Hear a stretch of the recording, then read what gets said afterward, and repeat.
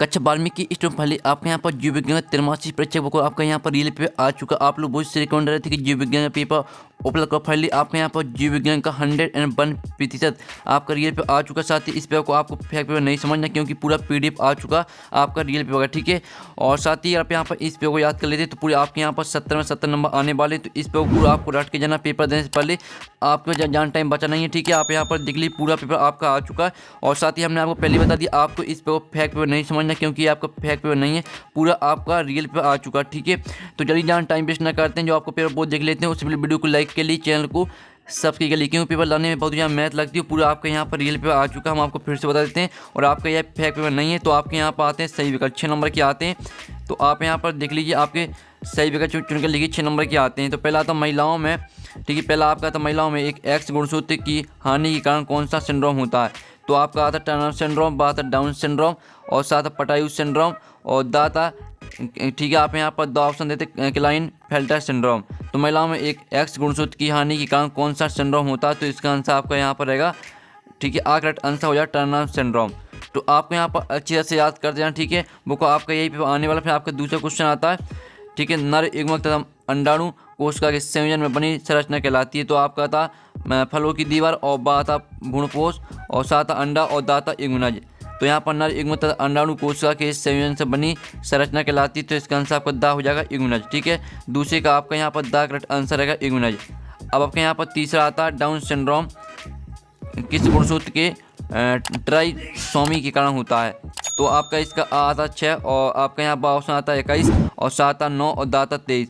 तो यहाँ पर डाउन सिंड्रोम किस गुणसूत्र के ट्राइसोमी के कारण होता है। तो इसका आंसर आपका बा हो जाएगा 21, ठीक है। तीसरे का आपका बा करेक्ट आंसर रहने वाला 21। तो आपको यहाँ पर अच्छे से याद कर देना, क्योंकि बिल्कुल आपका यही पेपर आने वाला। फिर आपका यहाँ पर चौथा आता है आकार की एवं अनुवांशिक की दृष्टि से समान जीव को कहा जाता है। तो आपका था क्लोन, बाता युग्मक, और साता युग्मनज, और दाता संतति। तो यहाँ पर आकार की एवं अनुवांशिक की दृष्टि से समान जीव को कहा जाता है क्लोन, ठीक है। चौथे का आपका करेक्ट आंसर हो जाएगा क्लोन। तो आपको यहाँ पर अच्छे से याद कर देना, और पूरा पेपर आपको रट के जाना पेपर देने से पहले, क्योंकि वो आपका यही पेपर आने वाला। 5वां आता जब दो विपरीत लिंग प्रजनन की क्रिया में भाग लेते हैं, तो इस प्रकार की प्रजनन को क्या कहा जाता है। तो इसका आंसर रहेगा आपका लैंगिक प्रजनन, ठीक है। 5वें का आपका करेक्ट आंसर हो जाएगा लैंगिक प्रजनन। अब आपका यहाँ पर 6वां आता परागकणों से होता है। आप यहाँ पर 6वां आता परागकणों में होता है, तो इसका आंसर रहेगा आपका भ्रूणकोष, ठीक है। 6वें का आपका दा करेक्ट आंसर हो जाएगा। तो इस तरह से जो आपके यहाँ पर सही विकल्प हैं वो आपके यहाँ पर कंप्लीट हो जाते हैं 6 नंबर के। अब आते हैं आपके 6 नंबर के रेगिस्तान। तो पहला आता है एक संरचना जो भ्रूण और गर्भाशय के बीच संबंध बनाती कहलाती है। तो जो आपके यहाँ पर आता, ठीक है, एक संरचना जो भ्रूण और गर्भाशय के बीच संबंध बनाती है। तो पहले का आंसर आपको हो जाएगा अपरा, ठीक है। पहले का आंसर आपका यहाँ पर अपरा हो जाएगा। पहले रेगिस्तान का आंसर आपका अपरा रहेगा, ठीक है। आप चलिए आपको जो दूसरा रेगिस्तान वो देख लेते हैं। बिना निश्चय की फल बनने की क्रिया कहलाती है। तो इसका आंसर आपको हो जाएगा पार्थेनोकार्पी, ठीक है। पार्थेनोकार्पी आपके यहाँ पर दूसरे का आंसर रहेगा। फिर तीसरा था बीजांड का विकास जोड़ों से हुआ। तो इसका आंसर रहेगा आपका भ्रूण, ठीक है, भ्रूणकोष। भ्रूणकोष आपका यहाँ पर रहेगा तीसरे का आंसर। तो आप यहाँ पर देख लीजिए किस तरह से लिखना है, ठीक है। आपका तीसरे का आंसर भ्रूणकोष हो जाएगा। अब आपके यहाँ पर आता है चौथा रेगिस्तान। मेंडल ने वंशगति कुल 7 नियम प्रस्तावित किए, ठीक है। तो आपको चौथे का 7 हो जाएगा। और 5वां आता मानव युग्मक में गुणसूत्रों की संख्या होती है। तो इसका आंसर आपका रहेगा 46, ठीक है। 5वें का आंसर आपका 46 हो जाएगा। और फिर आपका था 6वां मादा द्वारा स्थापित प्रथम दुग्ध डोनर कहलाता। तो आपका यहाँ पर 6वें का आंसर हो जाएगा कोलेस्ट्रॉम, ठीक है। कोलेस्ट्रॉम आपका यहाँ पर हो जाएगा 6वें रेगिस्तान का आंसर। आप यहाँ पर देख लीजिए किस तरह से आपको यहाँ पर लिखना है, ठीक है। ये आपके यहाँ पर हो जाएगा कोलेस्ट्रॉम, ये आपका रहेगा 6वें रेगिस्तान का आंसर। तो इस तरह से आपका हमने रेगिस्तान भी करा दिए। पूरा पेपर आपको यहाँ पर अच्छे से याद करना। अब आते हैं आपके सही गलत, जो कि 6 नंबर के आते। पहले आता है जीवन की उत्पत्ति जल में हुई है। तो पहले का आंसर आपका रहेगा सत्य। और फिर आपका दूसरा था एंड्रोजन हार्मोन फेलोपियन ट्यूब द्वारा स्थित होता है। तो दूसरा आपका असत्य हो जाएगा। और तीसरा था केला एक झूठा फल है। तो तीसरा आपके यहाँ पर रहेगा असत्य।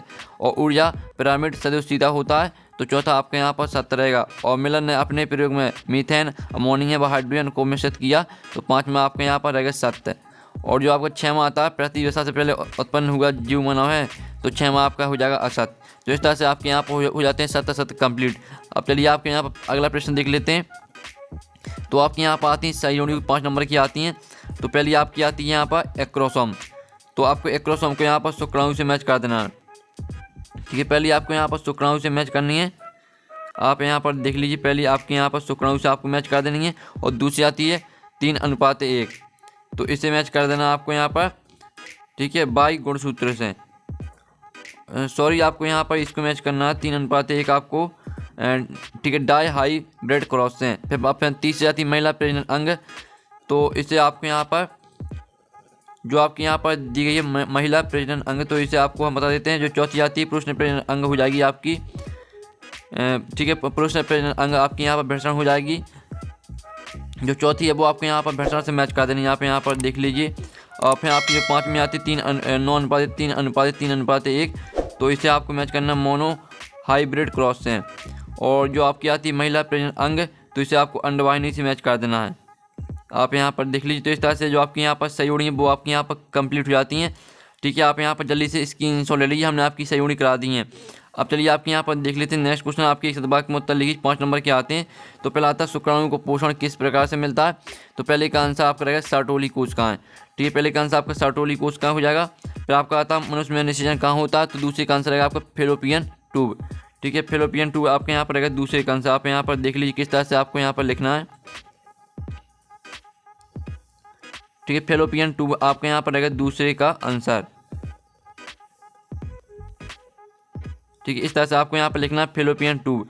अब चलिए आपके यहाँ पर तीसरा आता है यूरेसिल किस न्यूक्लिक अम्ल में पाया जाता है। तो दूसरे का आपका तीसरे का आंसर रहेगा राइबोन्यूक्लिक अम्ल, ठीक है, यूरेसिल राइबोन्यूक्लिक अम्ल में पाया जाता है। फिर आपको चौथा आता है अरम्बन कोडोन का नाम लिखिए, तो चौथे का आंसर आपको खुद कर लेना। पाँचवा आता है गुणसूत्र का वंशानुक्रम, ठीक है, वंशानुक्रम सिद्धांत किसने दिया, तो इसका आंसर रहेगा बोबरी और सटन ने, ठीक है, आपके यहाँ पर देख लीजिए, आपका इसका आंसर रहेगा बोबरी और सटन, ठीक है, आपके यहाँ पर रहेगा आंसर इसका।